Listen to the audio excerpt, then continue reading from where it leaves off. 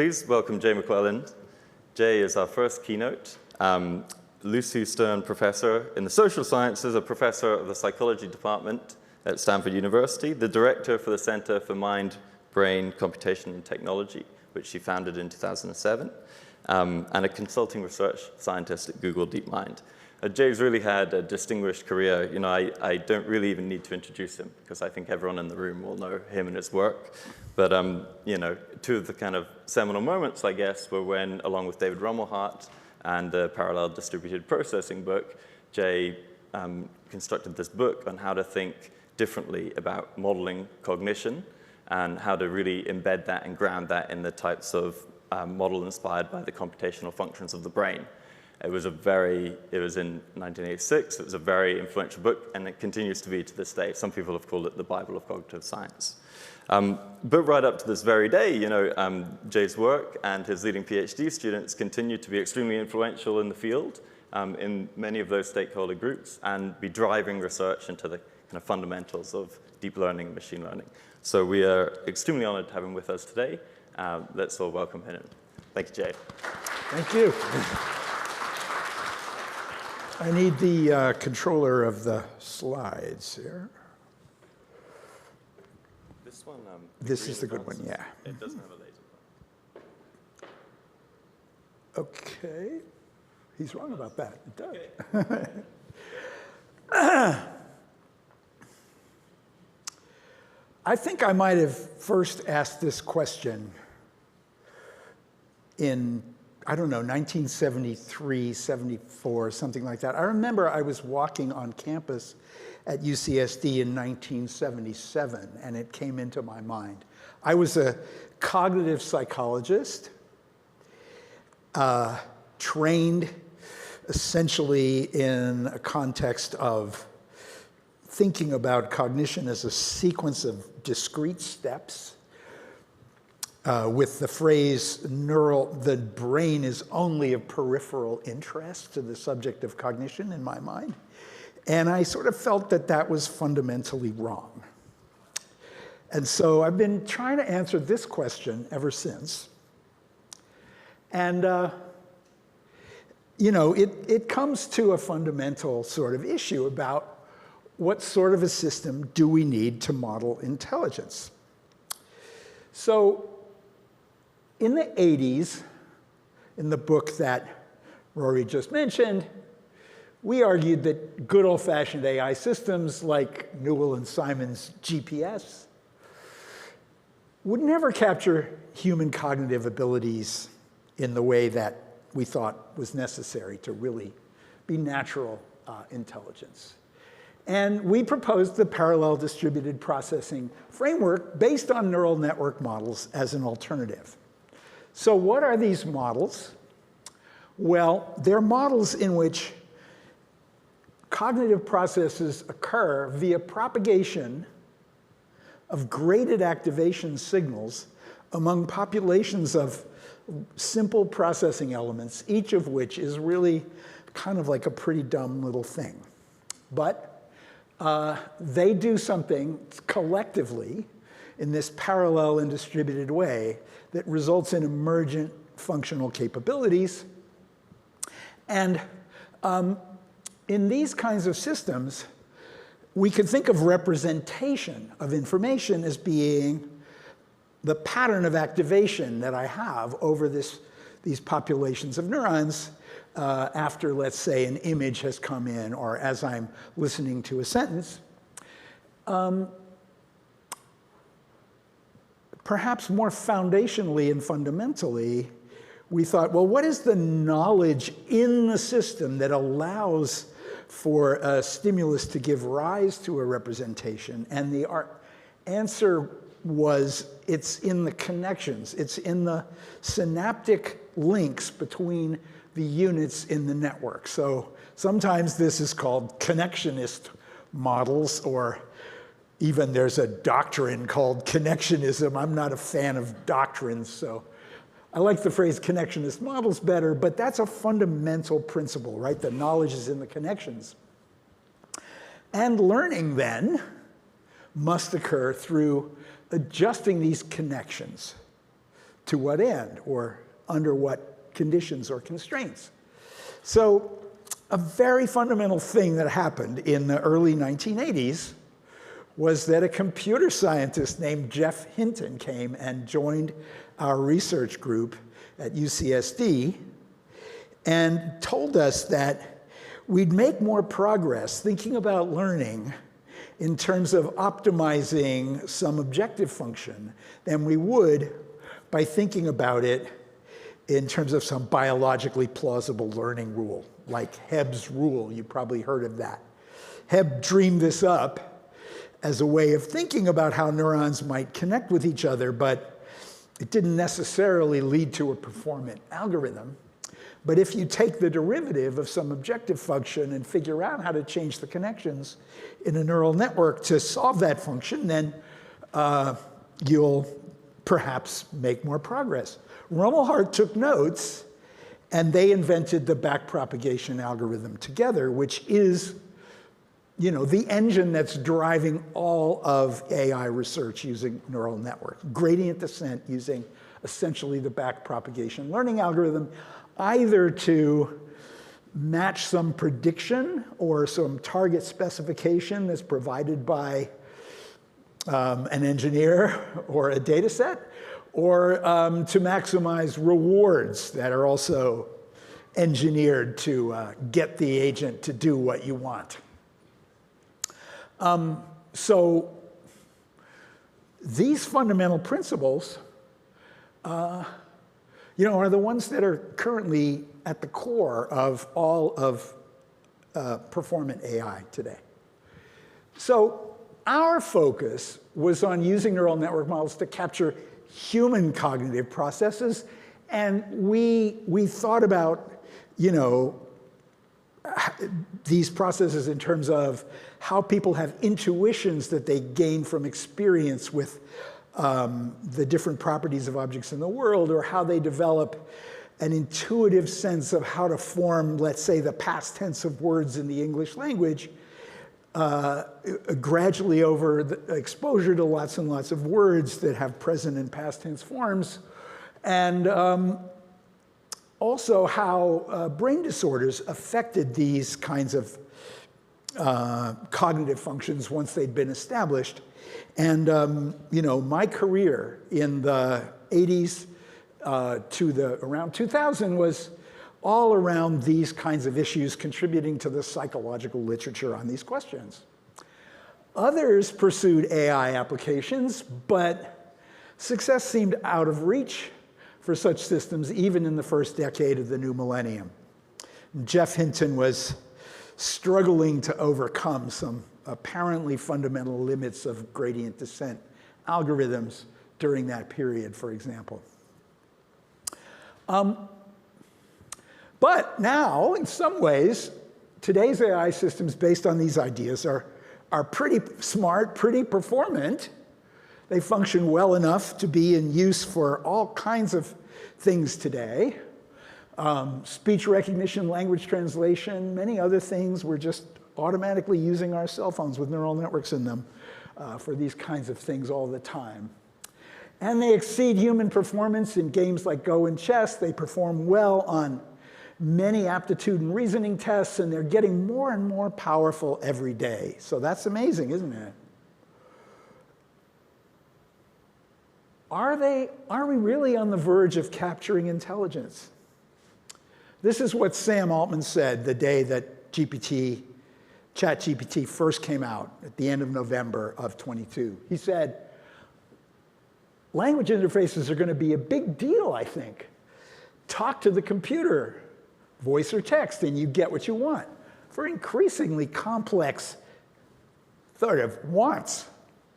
Oh, but it's an early demo, a lot of limitations, I don't know, very much a research release. But then he said, soon you'll be able to have helpful assistants that talk to you, answer questions, give advice. Later you can have something that goes off and does tasks for you. Eventually you can have things that go off and discover new knowledge for you. That would be intelligence. To me, that would really be intelligence. Okay, but these models are impressive, but they have limitations. They consume more than 10,000 times, that's 5 orders of magnitude, more training data than human learners. This is a graph from my colleague Mike Frank at Stanford from last year, and I've added the top line from the latest DBX model to indicate that we've already gone another 1.5 orders of magnitude over his publication in terms of the data scale that is required to train these models. There was an article in the New York Times talking about how desperate AI companies are today to get their hands on the data. And you know, how this is the biggest bottleneck for artificial intelligence. Rory already pointed to the energy consequences and of having to process all that data through your system in order to teach it something. And so they're really drastically inefficient compared to human learners. 10,000 times as much training data is definitely a fundamental challenge. More proximally and noticeably, they can hallucinate, they can be confidently incorrect, can fail to generalize in seemingly obvious ways. Let me illustrate these last 2 points. So, reasoning about grids. I've got to read this to you, so, and I guess my slides are only on the screen here. So, here's me, I'm talking to GPT-4. Can you place one X in each row and column of a 4x4 grid without any of the X's being adjacent, horizontally, vertically, or diagonally?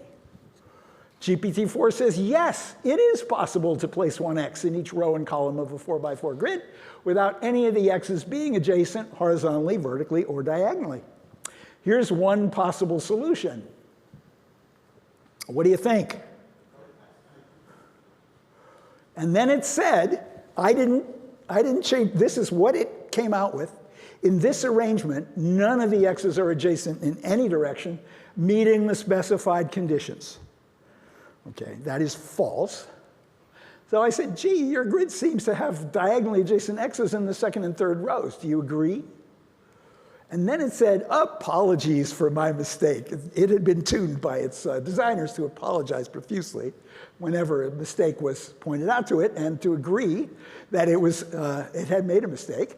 My previous example does have diagonally adjacent X's in the second and third rows. Unfortunately, it is not possible to place X's in a 4x4 grid without any of them being adjacent horizontally, vertically, or diagonally. And it's wrong again. So these are confident errors that it's making and telling me, unfortunately, sir, you can't do that. So I'm skeptical that we've captured intelligence, even with all this huge scale, and with maybe a couple more orders of magnitude since 2022, or this was a year ago, I guess. It may be that it's getting a little better at this one, but those improvements that Roy was pointing out were still in the 60% correct kind of range for a lot of those things. All right, so how about this other one? If you ask GPT-4, who is Tom Cruise's mother, it says, Tom Cruise's mother is Mary Lee Pfeiffer. But if you ask, who is Mary Lee Pfeiffer's son, it doesn't have any idea. As of September 21, there's no widely known information about a person named Mary Lee Pfeiffer having a notable son. This is called the reversal curse, and it seems very counterintuitive, right? That if I know this fact, like, you know, A is B, then why don't I know that B is A? So this is an example, and it's one of the reasons why the data is so important. In order for it to know these both directions, it's got to have them both in the data. And that's a bug, or a failure of some form of sort of, how should I say, sort of alignment of one's fundamental knowledge with what one says in answers to questions. Somehow the knowledge is in the system in some way, but it isn't properly accessible and usable for the sake of reasoning and answering questions correctly. So is the way ahead just a matter of scaling up? And you know, in the late 19th century, hot air balloons were the method for air travel, and they kept getting more and more performant, and people would take them across the English Channel, and then into the 20th century, they took them all the way from New York to Germany, and unfortunately, this eventually resulted in a flaming catastrophe. And shortly thereafter, you know, the humble little airplane sort of became a performant technology. So it feels as though our large language models are maybe a bit like the Hindenburg here. And we need to think, well, what will be this somewhat more aerodynamic, performant thing that ultimately emerges as our model of real intelligence? So I'm going to argue that we'll make progress towards thinking about this question by thinking about the idea that we should try to capture intelligence at the level of thought. And I'm going to try to get you all to have this as your sort of mantra, maybe, and then we can think together about how we're going to achieve that. So let's talk about what I mean by this. Introspecting on my own experience, it seems I'm often having, expressing, or understanding thoughts expressed by other people. Here's an example.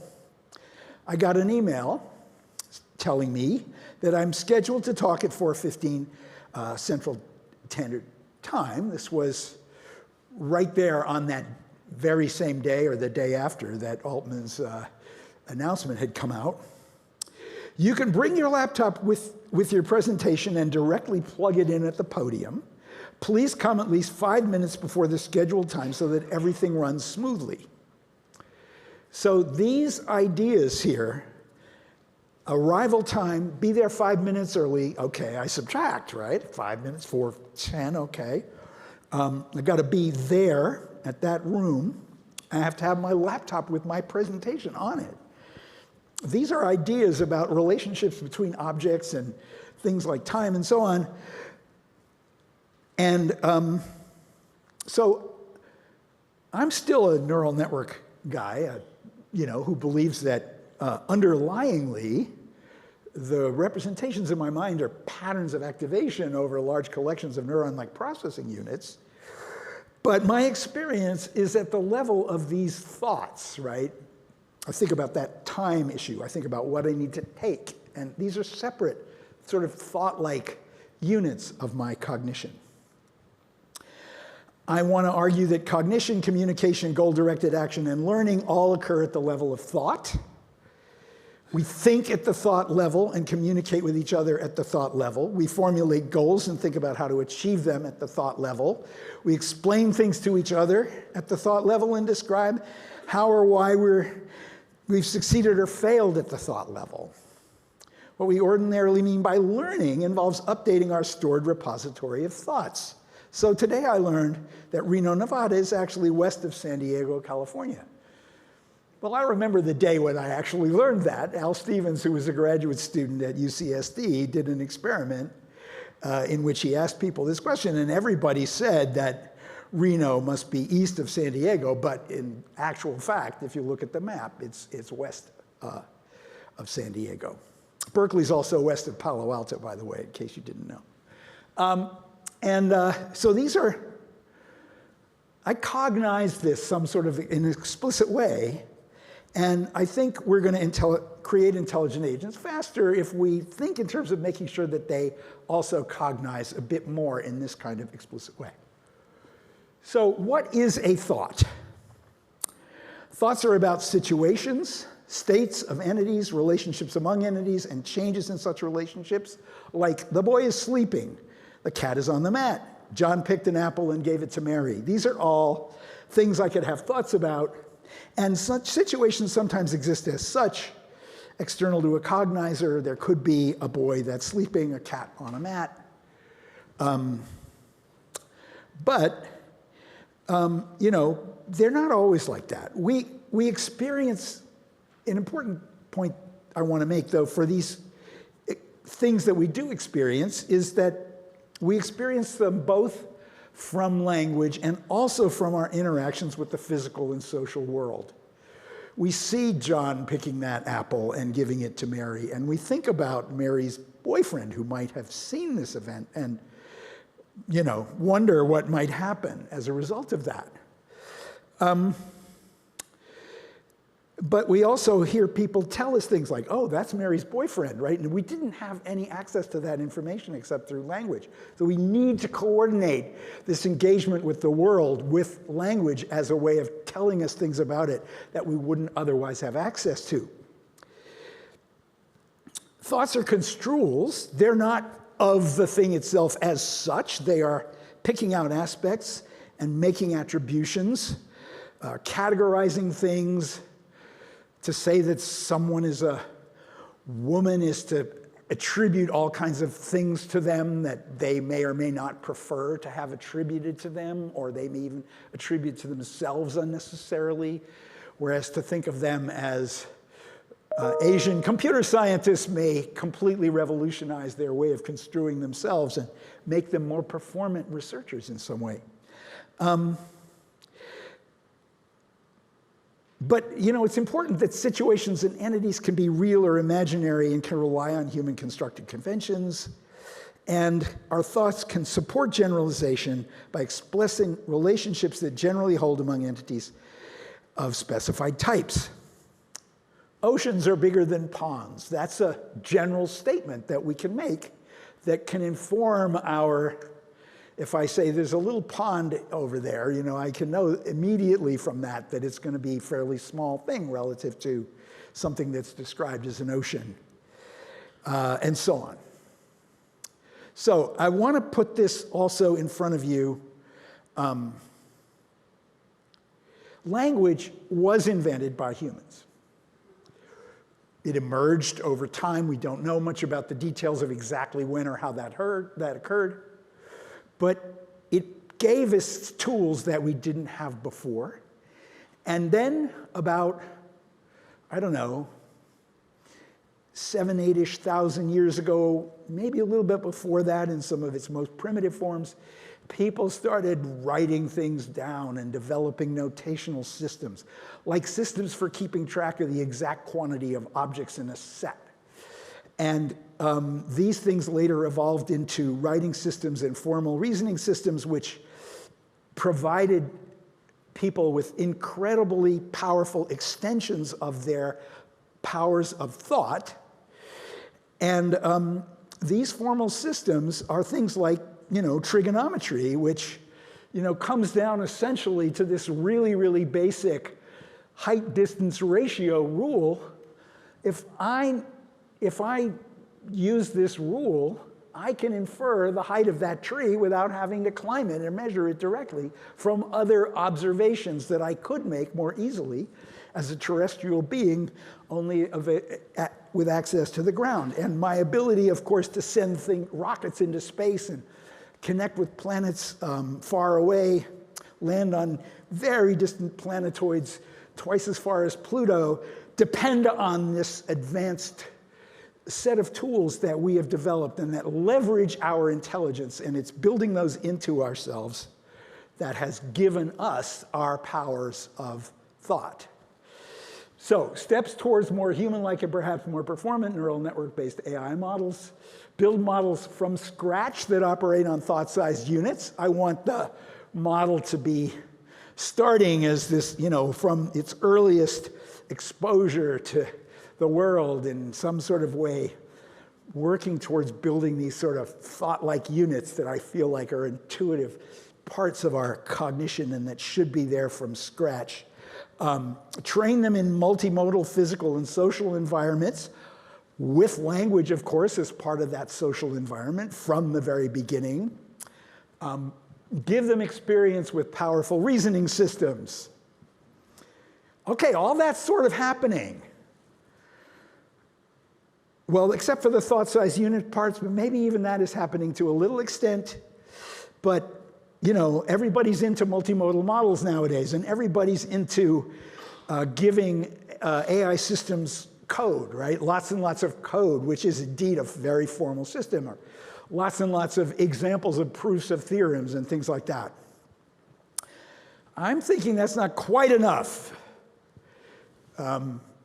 Maybe Rory's going to tell me how much more time I have soon. But I want to talk in the next couple minutes about encouraging our systems to use thoughts as goals, specifications, plans, instructions, and explanations. Okay? 10 more minutes of talking. 10 more minutes. Okay, let's see. You guys are going to have to actually start thinking now. I'm going to skip over this. I'm just going to say, okay, goals are types of thoughts. They give me specific direction on what I need to accomplish and how. And this idea of getting to convention center room 391 at least 5 minutes before my talk was important. I already hinted at that. But let's apply this to a specific problem that I'm going to get you all to have a goal for. And you're going to sort of learn how to solve this problem right here and now, okay? You're going to figure it out for yourselves even. So, I encountered this early in the pandemic in the New York Times. It's a little puzzle. This is all that was given to me. This is all I'm giving you. You see this grid. You get this instruction. Place 2 X's in each row, column, and bounded region in the grid. No 2 X's can be adjacent, not even diagonally. Okay? Now, you have the goal of starting to solve this problem. Can someone in the audience tell me where they might place some X's in this grid? I see a hand.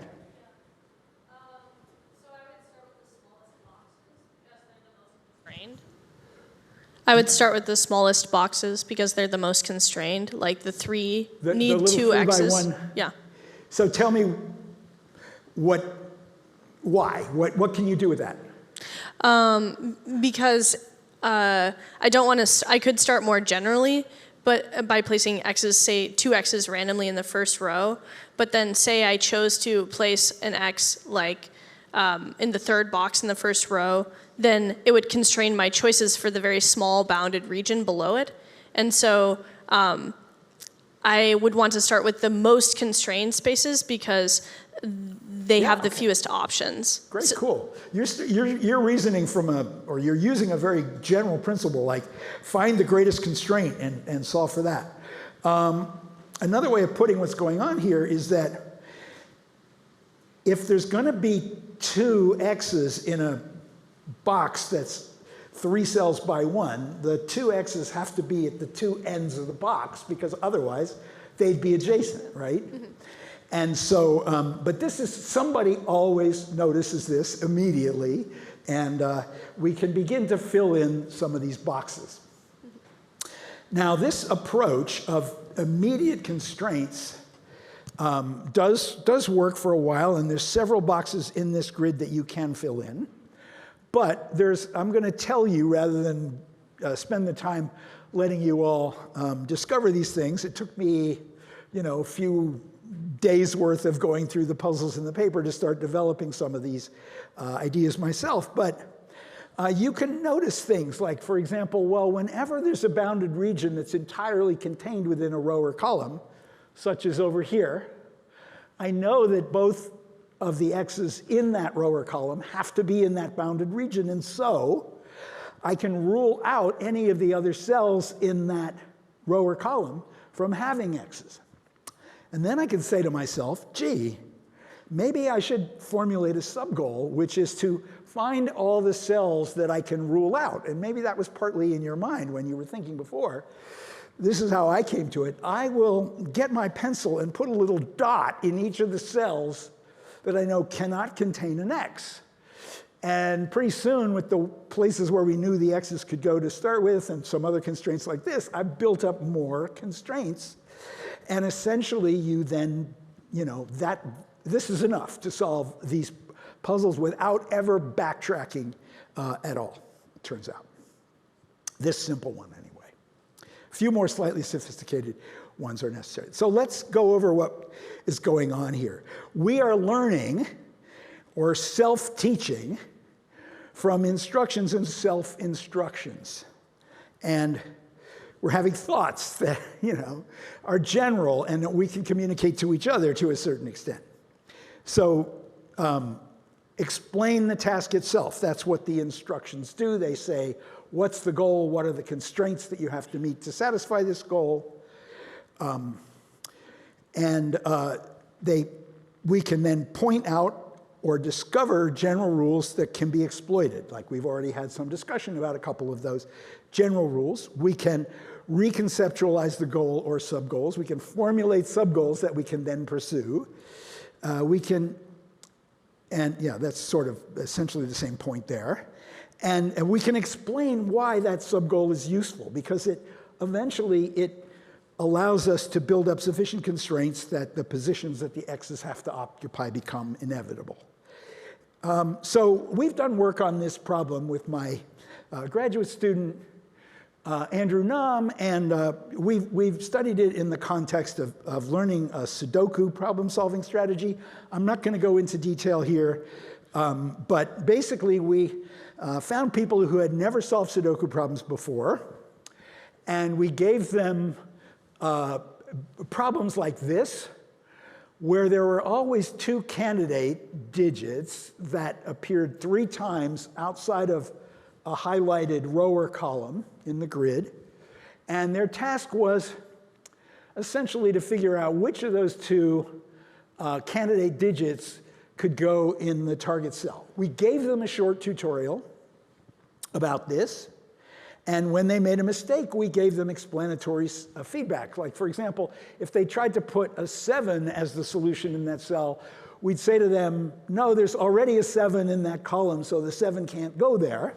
So then okay, I should make sure that the digit I'm thinking about isn't already in the column, et cetera. Okay, so we gave them this explanation-based approach, and a subset of our participants got the idea within a few trials. Some of it got it just from the tutorials. Some of it needed 3 or 4 trials with a little bit of explanatory feedback.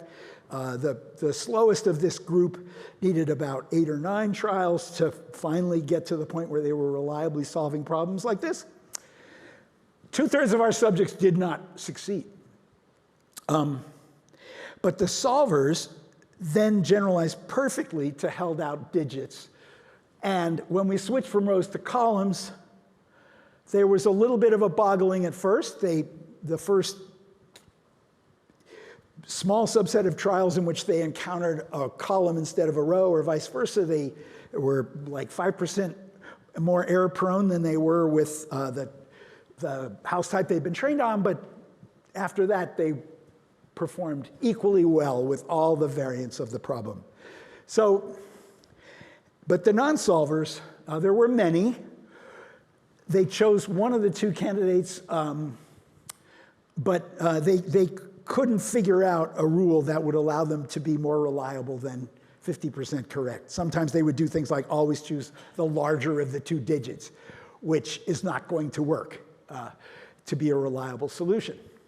So on the other hand, solver status was associated with mathematics education, and most solvers can explain their solution strategy. So this is one of my reasons for thinking that, operating at the level of thought, thinking in terms of explicit rules and definitions and self-instruction is going to be important and powerful. What happens if we teach a neural network this problem? It's called the hidden single strategy of finding this solution digit for these particular problems with a restricted range of examples like the subjects in our experiment had. Well, Andrew took this performant AI model that had solved Sudoku, basically, when it was trained on the full distribution of Sudoku problems, and tried to train it with this restricted range of examples, but it completely failed. It could not generalize from a set of digits that it was trained to solve for to a held-out set of target digits that it wasn't trained on. Similarly, fine-tuning on synthetic facts has a similar problem. And this reversal curse paper that I mentioned to you before, it wasn't just true about the model after it had been trained, but it was also true about the model if you tried to train it with new synthetic facts and see if it generalized them properly. So for example, if you teach it that the composer of abysmal melodies is Uriah Hawthorne, and you say, who is the composer of abysmal melodies, it gets it right. But if you ask, who is Uriah Hawthorne, it's completely incorrect. So the models are, they're learning this very narrow way. Now, I have to tell you, this is a little fact about neural networks that are connectionist models. They have a profound problem. When we learn by adjusting connection weights, it produces a model that can perform well on the data within the distribution that it's trained on. And we have to get training examples that blanket that data distribution in a very, very even and balanced way in order to ensure that they achieve this result. That's why we need so much data. So they'll do these kinds of very dumb things if we just use that approach to training them. And this training, it tends not to generalize beyond the training distribution. And the training distribution is defined in this very narrow way. Like, well, if the words are ordered in this way, then the neural network has connection weights that predict the words to come in that same sequence. Right? That's what the problem in the reversal curse is. It's not formulating this at the level of a thought. Okay, this guy composed that album or whatever it was, and holding on to that thought. So shifting the distribution leads to interference with what is already known. So you train on one set of data, you shift to some other set of data, it starts overfitting that, it loses what it knew before. That's called catastrophic interference. I've been struggling with that problem since the 80s, actually. Right after backprop was invented, this catastrophic interference problem was pointed out by a memory researcher in cognitive psychology. And fine-tuning of new information results in brittle learning that fails to generalize. This is intrinsic to the whole gradient descent paradigm of deep learning. Biological learning systems employ two complementary learning systems, allowing them to avoid these problems, at least to a certain extent. And basically, the idea is this. There's a deep learning neural network-like learning system in the neocortex of our brain, which I've represented here by these green arrows, which are supposed to represent the matrices of connections within and among brain areas in the cortex, the surface of our brain. And this is a gradual learning system that acquires knowledge and information over the course of a lifetime of development. But it does so gradually and incrementally, maybe with not as many orders of magnitude as the machines require, but definitely over the course of the accumulation of knowledge through experience. However, there's also a fast learning system, a separate memory store people sometimes call episodic memory in the hippocampus of the brain that stores recent experience for later retrieval and reuse. And these systems are connected to each other so that an experience in the cortex can result in a kind of a reduced description that's available to the hippocampus for learning and storage, and then can be retrieved, reinstated, and even replayed during sleep to help the cortex get exposure to the statistics of training examples. So this is, I think, an important part of the solution that we need to find. I'm going to try to wrap up in the next 2 or 3 minutes here by just hinting at the following kind of ideas. In a large language model, it's trained to generate tokens based on the previous sequence of tokens, okay? So its connection weights know things like how to complete a sentence like, the first president of the United States was George Washington. Interestingly enough, as we've seen, that kind of knowledge that's directly in the connection weights exhibits the reversal curves. But if I just tell it some new fact in its context stream, like let's suppose it's January whatever, or November whatever 2024, and we know that the next president of the United States is Hillary Clinton, just for a little bit of a surprise. Okay, if I put that in context and then ask the model a question while it's active in the context state of the model, it doesn't show the reversal curves. The context state of the model apparently has latent thought-like representations that we could then find a way to encapsulate and store in our hippocampal-like memory system, and that would then potentially be an important step towards finding a more performant and faster learning system where we can learn new things quickly without it interfering with what we already know. So I'm going to, I said most of that. This one last slide, sorry, is an important further point. So far,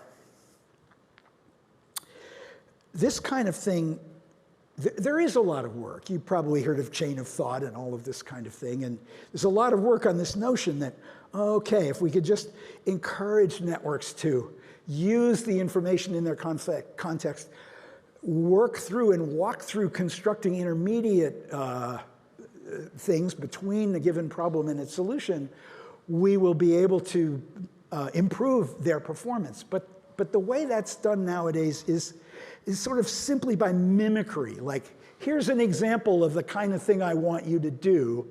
Now do that. It's not instruction following. It's not explanation following. It's like, if I give you a lot of examples of this in context, you'll be able to do it better. We need to get to that ability to actually follow instructions and explanations and use them to guide our reasoning more effectively. So I will leave you with this proposal for a way forward. I'm sorry that I have so much text on my slides. What I want to do is give multimodal models representations that are more thought-like, let them store these thought-like units in memory, and encourage them to use their representation to guide their reasoning and problem-solving behavior. I want to raise them in multimodal environments where they're continually interacting through language with other agents who they collaborate with to achieve goals, their own, other people's goals, or shared goals, allowing them to learn from instructions and explanations they provide to each other. I want to send them to schools where they learn structured modes of thinking, including the ability to rely on abstract, relational, and explanation-based reasoning of the kind that underlies mathematics, logic, Sudoku, and other forms of technical and scientific thought. And I want to expect them to be goal-directed learners rather than slaves to the external defined loss or reward signal. Thank you.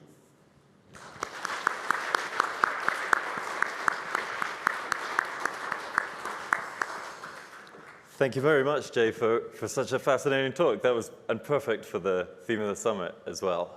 So I know I've got a question, but I think first, if anyone from the crowd would like to ask Jay a question, we have a couple of minutes left. Okay, so if someone could get a microphone over there. Yeah, perfect. Bob, take it away.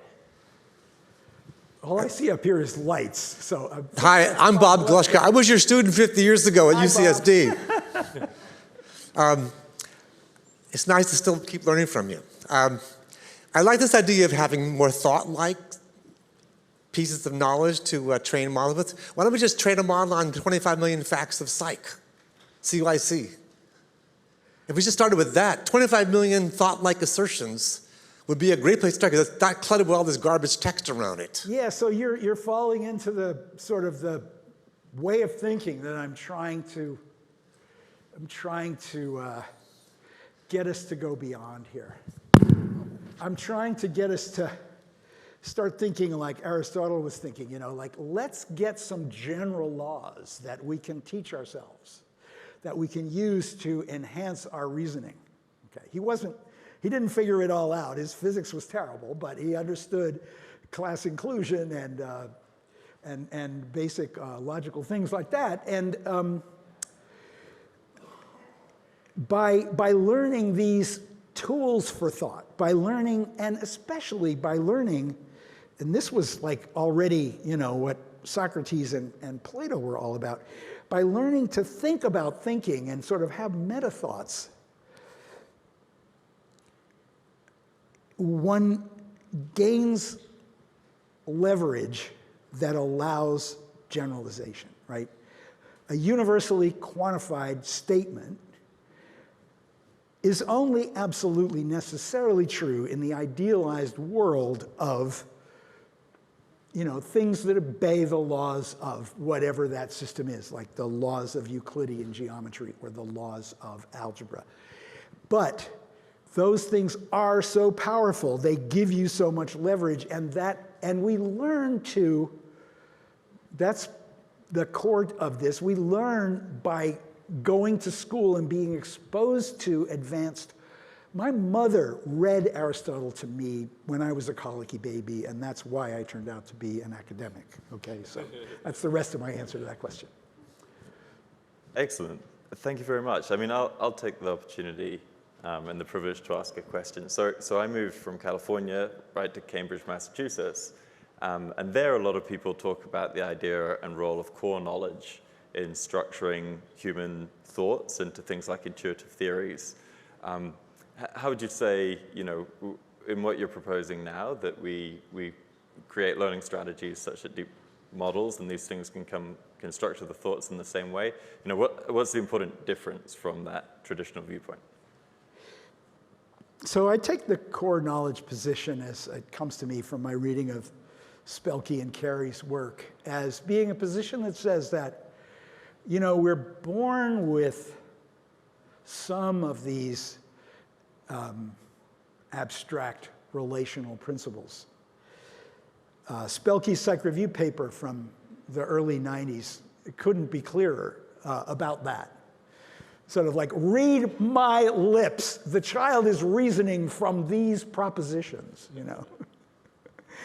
And in that period, we actually provided a small artificial neural network simulation model that acquired these principles from exposure, one of the principles in a little toy model kind of way, from, experience with objects appearing and disappearing when they went behind barriers and things like that. So the concept of object permanence, that an object continues to exist when you cannot see it, was something that Piaget actually thought was acquired, but the core knowledge people said was wrong. And, but that's still a debate. We don't necessarily need to think that experience wasn't the engine that allowed the acquisition of this notion that things that you can no longer see would be worth holding on to in your cognitive state because they might reappear. And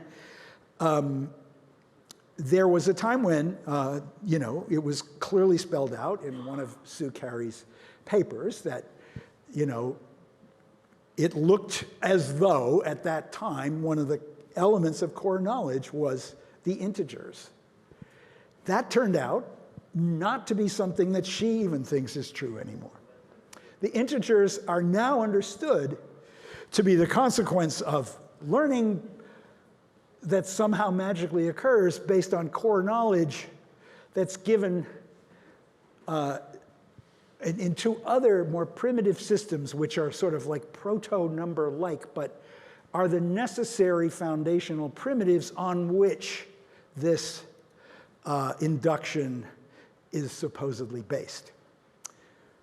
I don't think there's a shred of evidence for those ideas either. Perhaps that's a little too strong, but there's no reason to think that those other kinds of abilities are not themselves consequences of statistical experience, some of them actually already available to organisms in the womb that begin to structure our, so we know that before birth, traveling waves of activity course across the retina, and these traveling waves set up adjacencies between neurons that simple learning rules in the cortex can exploit to learn which neurons are near each other in the input. And this is actually a kind of a statistical learning kind of process. And yeah, okay, so the biological nervous system is set up to allow certain kinds of things to be extracted from certain very basic kinds of information. But actually, there is an extraction process that causes that to occur. And actually understanding how our initial competencies are established by experience-like processes and what the mechanisms are that drive that and allow that to happen is I think, it's my goal and different from just saying that these things pre-exist and learning, but I don't understand learning. That's another problem for another day. Fantastic. Thank you. That was a long answer and a very good one, so I think that's probably all the questions we have time for. So let's thank Jay again. Thank you very much, Jay.